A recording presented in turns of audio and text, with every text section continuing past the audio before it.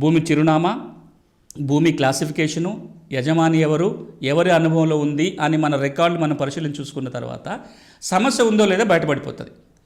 తెలంగాణలో భూములకు సంబంధింంచి దాదాపుగా 76 రకాల సమస్యలు ఉండే అవకాశం ఉంది. అంటే భూ హక్కులకి 76 రోగాలు ఉన్నాయి. భూములకు 76 రోగాలు, హక్కుల రోగాలు 76 చిక్కులు. ఈ 76 చిక్కులలో మీకు ఏదన్నా ఉందా దాన్ని టిక్ చేసుకోవాలి.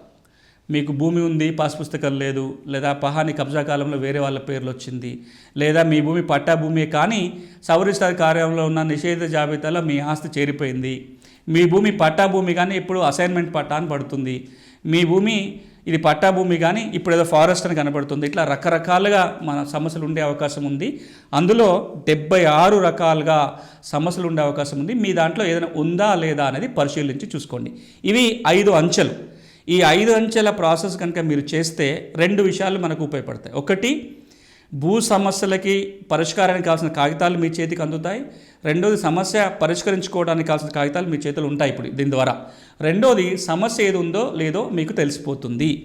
ఇది మీరు ప్రతి వాళ్ళు చేయాల్సిన పని. ఒకవేళ గనక ఈ ప్రాసెస్లో మీకు సమస్య ఉంది అని నిర్ధారణ జరిగితే ఇంకొక 2 స్టెప్స్ కూడా చూడాలి. మన 5 మాట్లాడుకుని ఇంకొక 2 కూడా ఉన్నాయి. మీకు సమస్య ఉంటే, సమస్య లేకపోతే మిగతా 2తో మీకు పనే లేదు. ఏంటా 2? సమస్య ఉందని తేలితే ఈ సమస్య పరిష్కారం ఏ చట్టం పరిధిలో వస్తుందో చూసుకోవాలి.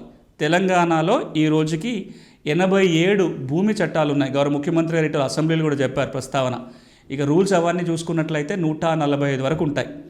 ఈ 145 యాక్షన్ రూల్స్లలో మీకున్న సమస్య ఏ చట్ట పరిధిలో పరిష్కరించుకోవడానికి అవకాశం ఉంది అనేది మనం తెలుసుకోవాలి. అది మీ అంతటి మీరుగా అన్నా తెలుసుకోవచ్చు, ఎవరి సహాయం అన్నా తీసుకోండి, లాయరో లేకపోతే రెవెన్యూ చట్టాలు తెలిసిన వారి దగ్గర సహాయం అన్నా తీసుకోండి. ఇది తెలిసిన తర్వాత ఇది 6వది.